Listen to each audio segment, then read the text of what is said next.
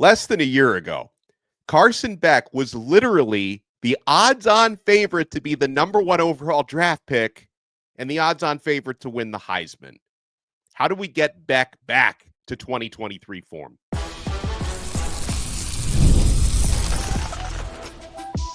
You are Locked On Canes, your daily podcast on the Miami Hurricanes, part of the Locked On Podcast Network, your team every day.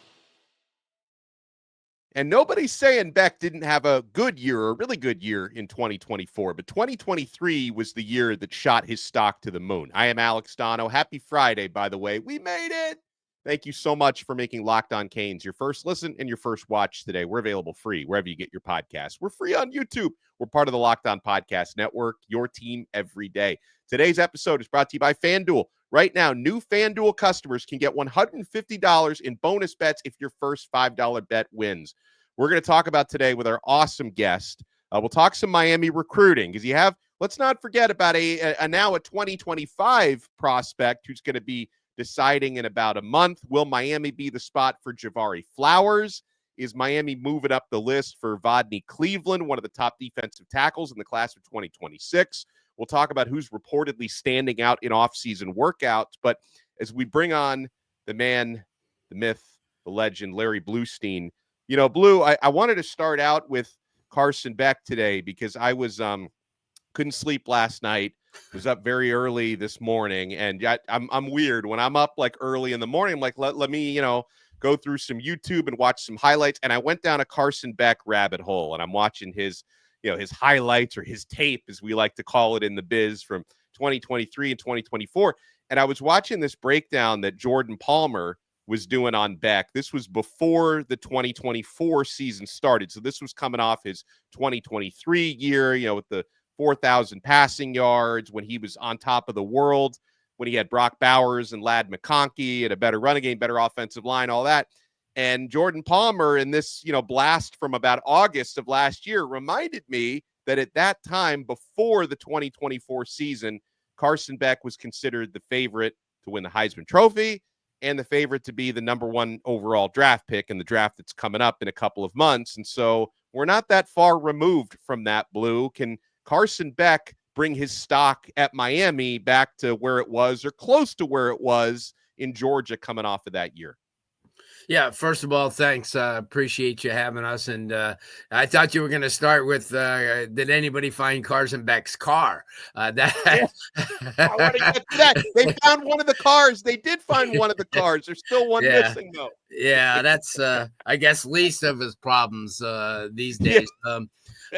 There's a number of reasons that, last year for the quote unquote decline. Obviously, Georgia had lost 9 starters from the year before, including Brock Bowers, who is everybody's kind of safety valve. They lost Ladd McConkey. I mean, they lost a lot of talent, Alex. I mean, and that plays in, especially when you're at the collegiate level. You get used to a rotation of guys. Lost 3 of his offensive linemen.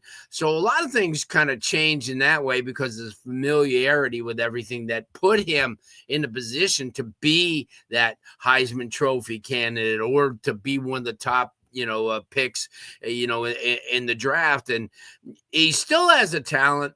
I think, the thing that kind of is, and I said it all along, especially with this spring, is last year with Cam Ward, we had an opportunity to watch Cam Ward during the spring. We saw him throw for 450 yards in the spring game and 5 touchdowns. But the one thing that is going to be an anomaly with Carson Beck is we won't see him till the Notre Dame game. And that's kind of concerning to a lot of people. Yeah, he'll be in a scrimmage or two during August, as they prepare. But that's the one thing that kind of like it becomes the unknown, because you're not going to get an opportunity. You'll see him holding the clipboard. You'll see him out there, being a tutor, for some of the younger quarterbacks. But, you can't lose sight of the fact that he's the guy. I mean, he's the guy that's going to potentially lift you into that playoff scenario. So, like I said, I watched him in high school at Mandarin High School in Jacksonville, and they beat Columbus that year, and it followed his career, and he's been really, really good. But at the same time, you take the injury. He was out, during a good portion of the stretch run of this past season, and he comes to Miami with a lot of promise, but at the same time, there's going to be a lot of question marks because of the fact that it's going to be a good 9 months, 10 months, and from the point that he got hurt to the time that he's going to see the quote unquote live bullets fly again. Yeah, and I think that's the ultimate point that we cannot forget, that Beck is probably not going to be able to start really throwing until early summer, which will, the timetable has him ready in more than enough time for fall camp, but missing spring is big. And we'll talk a little bit about the other quarterbacks who have opportunities to raise their stock in the spring, but something else on Beck, and you mentioned, Blue, having the unique perspective of also having watched him in high school. Now he obviously has taken a very different path to Miami than the one that Cam Ward took, who was, basically unrecruited out of high school, 0-star, had the one offer, worked his way up with that chip on his shoulder. Carson Beck, who finished up his high school career at Mandarin, was 4-star, Elite 11 guy, a highly touted recruit, found his way, to Georgia. What is the tape going back to his high school days say, Blue? Because I definitely see someone who has, I think, an NFL caliber arm, and also probably more athletic than some people think. He can pick up first downs with his legs and improvise a little bit. So, is there anything that really stands out in a positive way about Beck's game? And are there any negatives you see for him that he's got to polish up?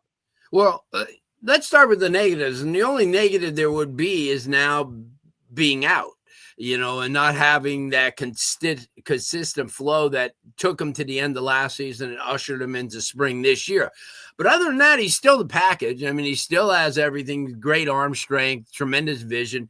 I can take his IQ away, for the game, because he that's probably one of his strengths, his ability to read. I talked to last month, happened to talk to his high school coach, who I'm pretty close with, and we talked about the very thing that you and I are saying now. He's not going to lose his ability to play. He's not going to lose his football IQ. There's going to be rustiness, and that's the same thing for everybody. They were talking about that, with somebody, a dominant player like Aiden Hutchinson from the Lions. Guys like that who, they have the ability. They've already proven it. It's just that continuous flow of not having, that not playing because of injury. How is he going to come back from that injury? Not only from a physical standpoint, but how is he going to come back from a mental standpoint? He's a guy that since he was in youth league, has always dominated. He's always, because of the fact that he's physically gifted, good size guy, 6'4.5", 6'5", and he has great arm strength, could throw the ball 75 yards in the air. But I don't see anything negative. I just think that he'll come back.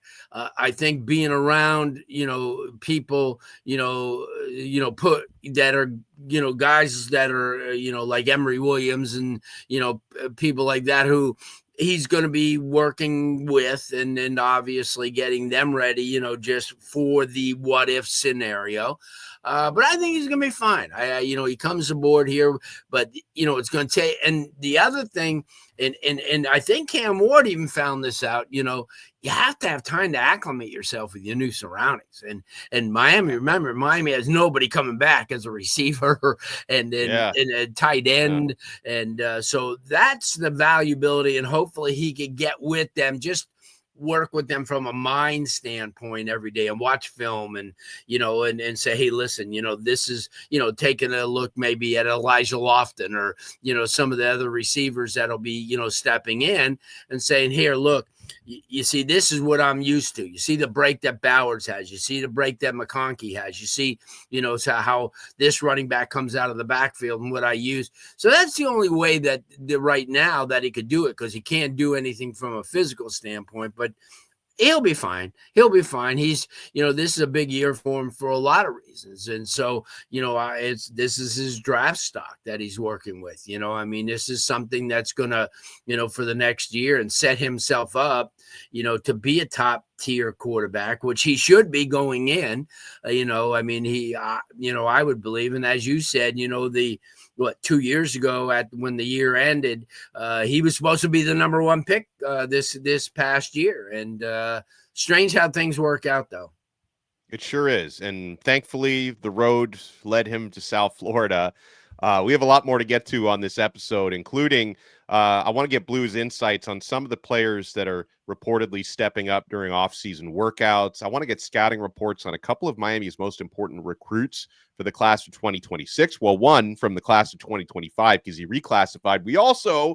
We have an update next on Carson Beck and Hannah Cavender's stolen cars. That's been quite a saga. It's been a welcome to Miami moment for Beck over the past couple days. You want to keep it locked right here on this brand new episode of Locked On Canes.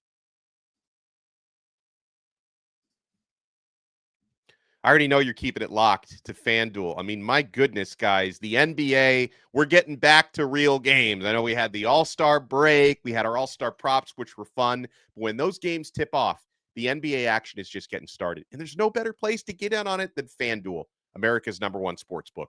With FanDuel, you can place live bets throughout the game. So even if you miss the opening tip-off or you want to bet on a fourth quarter comeback, you can stay in the action. And if you're looking for a bigger payout, you can even combine your live bets into a same-game parlay.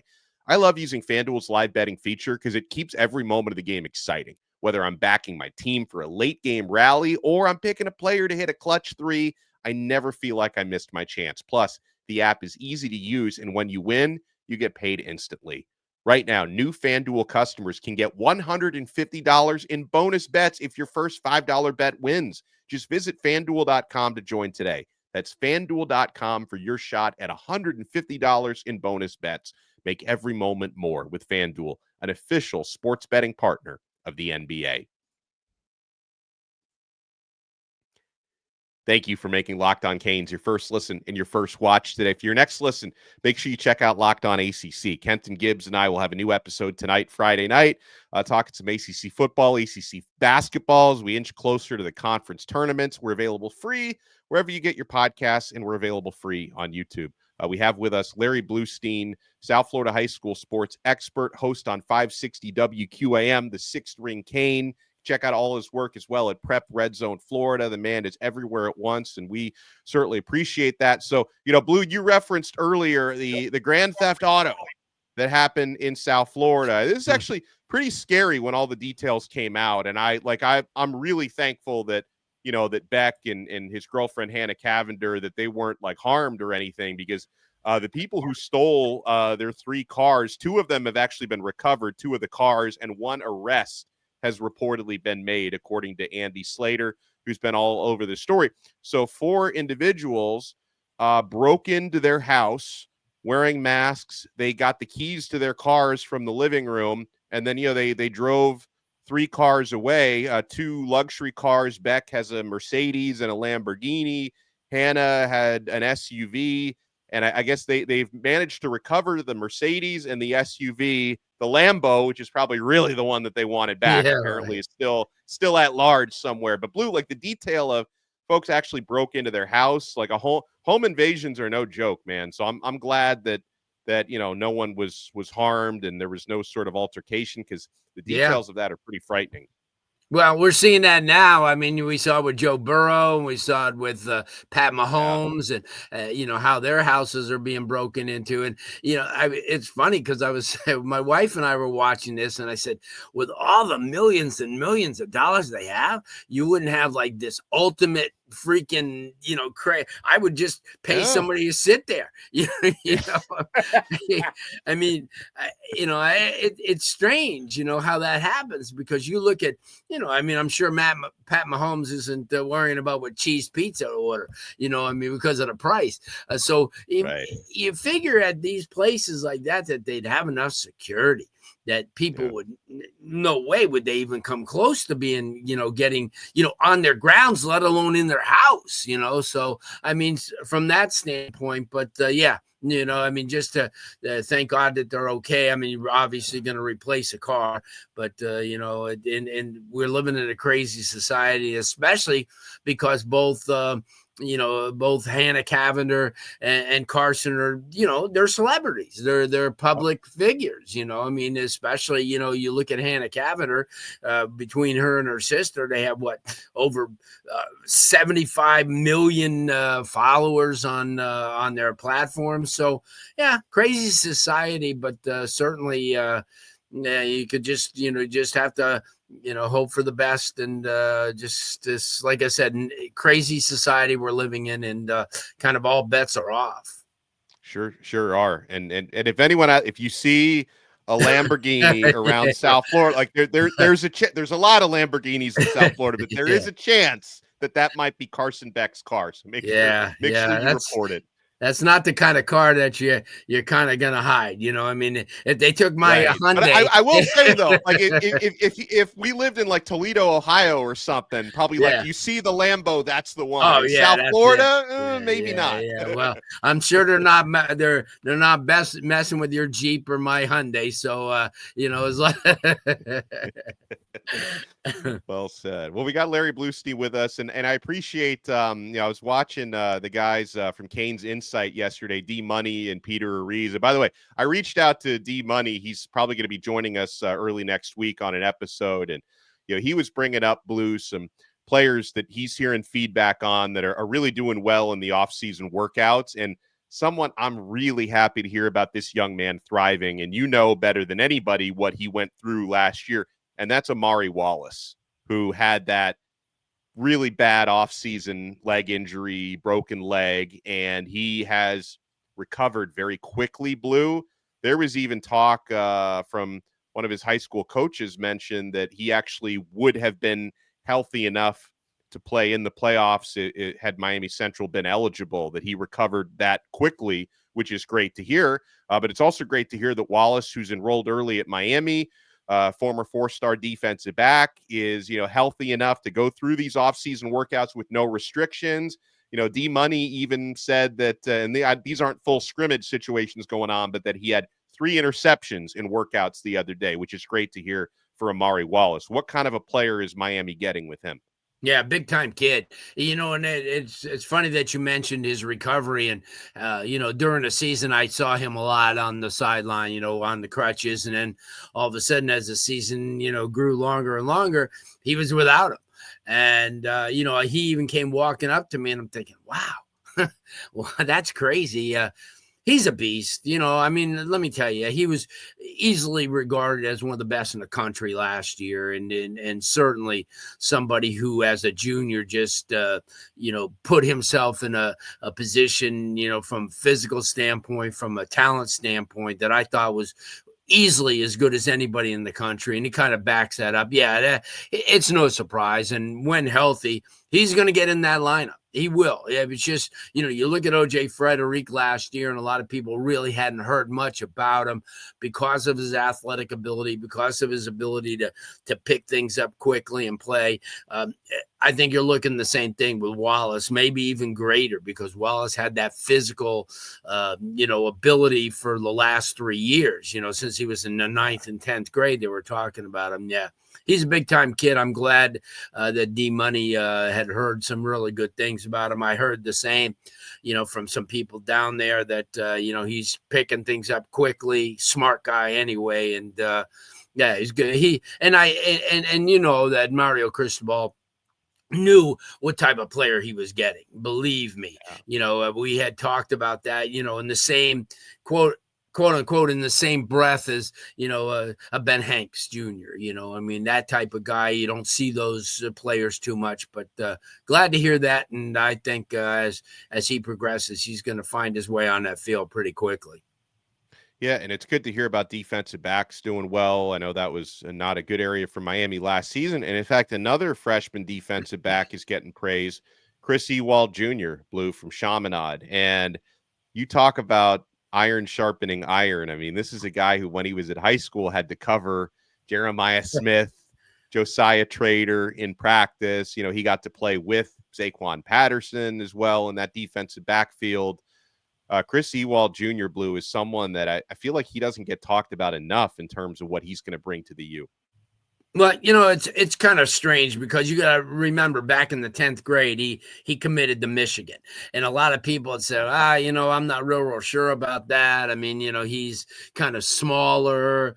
He's how much has he proven himself at that level? And, as time goes on, when he decommitted, a lot of people kind of forgot about him. And I'll tell you, I watched him last year and I was skeptical because he really wasn't that big. But I'll tell you, nobody grew up more over. And I even said this to his dad. I said this to Coach Damian Jones. I said, when I saw him last year during summer camp, I said to myself, wow, he really got bigger. And I watched him during the season. He got more physical. And, everybody agreed, and then as you alluded to, when you have an opportunity to work against what he worked against when he was a junior, and then this past year, remember, they still had some pretty good guys on that. They had, kids like Kyle Washington and Denarius Gray and Jason Lopez and, players like that who stepped up their game in a major way. So he's never had a drop off of the talent that he had to go against. And as you said, very apropos, iron sharpens iron, and it continued to. So it's no surprise that he's on campus. Very intelligent kid. He'll get it done in the classroom, so he don't have to worry. Same thing with Amari. I mean, they're both good student athletes, and that's important as well. Well, Blue brought up Jason Lopez, who's a class of 2026 target for Miami. That's one of those I want to pick Larry's brain on when we come back. Also, now class of 2025, Javari Flowers, there's been an update on his recruitment and where Miami stands. And I like to see Miami maybe trending a little bit higher with a guy like Vodney Cleveland, who's one of the best defensive tackles in the class. You want to keep it locked right here, my friends. We're not done yet on this brand new episode of Locked On Canes.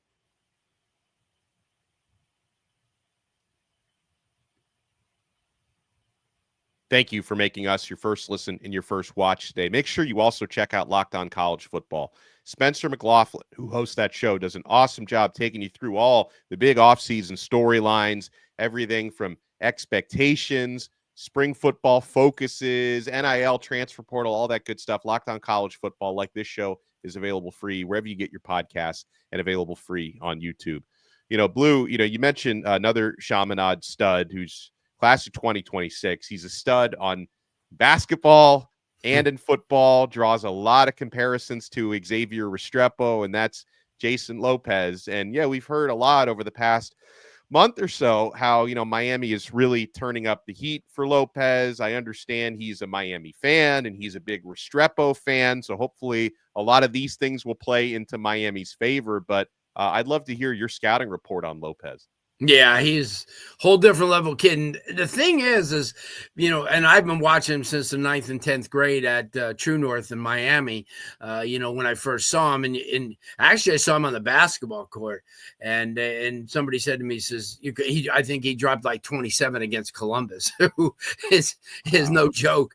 But, the thing is that you watch him, and I think the definitive game for him last year, when all those naysayers and, you tend to look at a smaller white kid and you think, okay, it's, that Wes Welker and all that stuff comes out and you think to yourself, yeah, this is a whole different level. This kid's a much better athlete than all those guys. I mean, he and Restrepo football, no one will ever take anything away from Zay because he's a worker. He worked hard in the weight room. He worked hard to run great patterns, but things come a lot more easier to J-Rock because of the fact that he's a superior athlete. And last year's game against American Heritage kind of woke everybody up. He was going against the kid Thomas, who was one of the highly regarded kids in the country. Zay Thomas going to Florida State and had things wrapped up. In that game, he caught 13 balls for 257 yards and 3 touchdowns. And filthy. He just decimated them. And everybody kept kept watching him. And then in every game he played, everyone because remember, they still have Denarius Gray, who's really, really good, in Kyle Washington, guys like that. And they also, they had a couple of other kids who were drawing a lot of interest, but he just seems to just jump right off the map. And then all of a sudden everyone was, he's okay. But then all of a sudden he was getting, Penn State was on him. Florida was on him, Michigan, and all these schools were looking in his direction. And when you see him, in street clothes, you don't think, it's like someone said, when you see Mike Norvell in street clothes, you think he's just like somebody's dad, and that's the same way you look at J-Rock, because he's not rippling muscles. He's not, huge. But I'm telling you, when you watch this young man, play football or basketball, like I said, and I got a chance to watch him, in the BCAA championship game against St. Thomas, and he broke away on 2 plays and he dunked the ball. I mean, so that'll kind of tell you, he's a huge target. And, I understand that people want to, to compare him to Xavier, which is nice, but he's a whole different, he stretches the field. He catches the ball. He may not have to run the patterns like Restrepo did. And that's the one thing that made Zay, he just gets open with Jason. He's fluid. And he would be a huge addition, and obviously they just got, one of the guys in Malachi Toney, who everybody has been talking about, and rightfully so. Malachi's, as they say, he's the dude. And if he follows right after him, Miami could have 2 of the best slot type of kids in the country. I love it. Javari Flowers, who of course is, I still sometimes think about him as a 2026, but he's a 2025. He reclassified, the cornerback out of Miami Northwestern. The late signing window is still open. Like, some people thought, wait, how's he going to commit? Because it's already past, February 5th or whatever. It's open until early April. So Javari Flowers has that long to decide. Chad Simmons from On3 Sports put out an update on him yesterday, saying that, good for us, Miami is still viewed as the program that others are chasing. So he still feels like Miami is in the lead, but he does kind of paint a more optimistic picture that Florida has really pumped it up since he reclassified. And, he recently took an unofficial visit to Georgia. So you, of course, have to put them in the conversation. But maybe Miami is still the team to beat there. You hear anything, Blue, about the Miami interest from Javari Flowers? And is he someone who, if he does get to college, very early, we're talking a year plus early, is he going to be able to contribute quickly? I think he showed what he was all about. He played in the Under Armour game this year, because they let juniors play starting this past year, and both the Navy All-American game and also the Under Armour game. So, and I happened to have been at both of those games, and I had watched him during the week, and he just drew praise. And in the game, he came up with an interception. And a lot of people talked about, him. And ironically, the 3 juniors who just kind of stole the show, Naheem Burrows from Jacksonville Bulls is just at a different level. Then you looked at Javari, and then the third one was Jordan Campbell, who is a Miami commit still to this day. And Flowers is known because of the fact that he's track speed. He's one of those guys that when he goes to wherever school he goes to, he's going to also run track. He's that fast. But he's a great football player, hard worker. Again, another student athlete, somebody who just, he's mature. And then I had a chance to see him up there and talk to him a little bit up in the Stetson, Orlando area where they had the Under Armour game. And, at the time I didn't know he was going to reclassify, but I figured, when he did, I said, okay, that makes sense. He's completed his education and, wants to get into college early. And I think he can handle it from a, physical standpoint, which is, always an adjustment. And that's why people are kind of marveling what type of player OJ Frederick was last year, because remember, he was was in a high school body just 5 months prior. So yeah, I think Javari's that type of guy. If he makes Miami the decision, I think that it's another huge notch in the belt for Miami, what they're doing as far as getting elite type of players. Now, Miami's trying to make a move for one of the top defensive tackles for the class of 2026, Vodney Cleveland, 6'3", 305 pounds. One of his high school coaches has actually compared him to Vince Wilfork, who we all remember played at Miami once upon a time, one of the greatest ever. And I know Jason Taylor's building a good relationship with Cleveland. He's visited him at his high school before. Now he's from Birmingham, Alabama, Blue, which means, of course, at Parker, which is a great program there, it's going to be tough to beat Bama and Auburn potentially for him. But Miami has landed players out of Alabama in recent cycles, right? Cameron, Bobby Pruitt, Dalen Upshaw, Cole McConaughey. So Miami is developing a presence in that state. Have you had a chance to scout Vodney Cleveland, and what can you tell us? Yeah, he's a whole different level type of kid. As you mentioned, 6'3", over 300.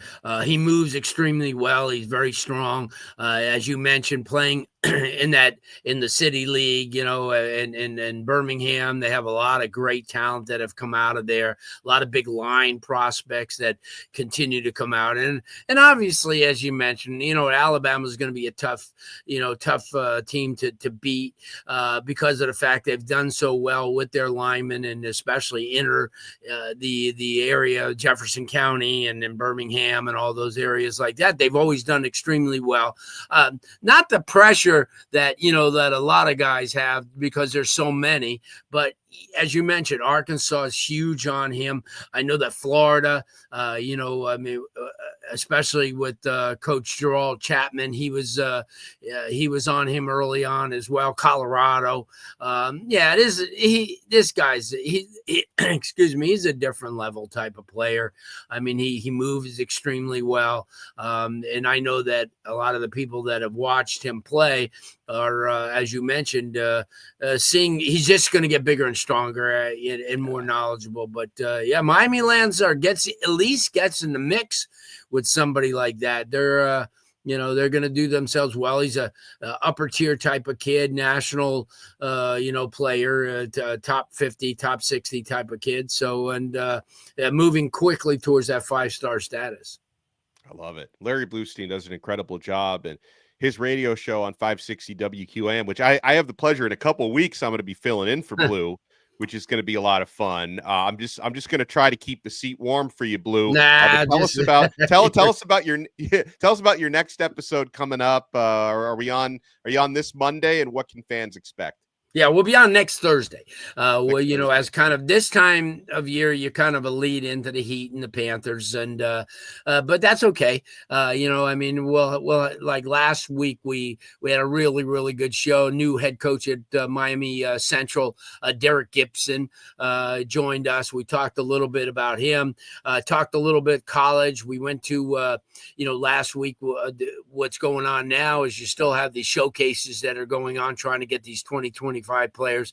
So we'll definitely have high school and college as we get closer. We'll have Mario Cristobal on in a couple of weeks before, the spring gets going, or even in the middle of the spring. So there's a lot that we have, as you mentioned, and we're excited about it. And we're going to be going to Under Armour and also Rival. So we'll be able to talk a little bit about some of the talent, and Miami's very much on a lot of those guys, on our Prep Red Zone page today. If you get to a Prep Red Zone Florida, we kind of preview some 27 and 28 quarterbacks from the state of Florida that'll be taking part this weekend in the Under Armour. And then tomorrow we have a full rundown of the 2026 kids that will be at that event. And then next week we turn our attention to South Florida, and we'll have a big write-up and talk about some of the guys that already Miami commitments that'll be there. And also, if you're going to Orlando, the kid Waters from Armwood, the defensive back, he's going to be and Isaiah Williams is a kid that a lot of people haven't seen, but Miami's very much on their radar out of Tavares, a linebacker. So a lot of talent, as always, and we'll be on top of it 24/7, as you know. I love it. Make sure you follow Blue at Prep Red Zone FL on X. Follow us at Locked On Canes. Larry Blustein, awesome job as always. Everyone have an awesome weekend, and we'll talk to you next time on another episode of Locked On Canes. We are part of the awesome Locked On Podcast Network. Your team every day.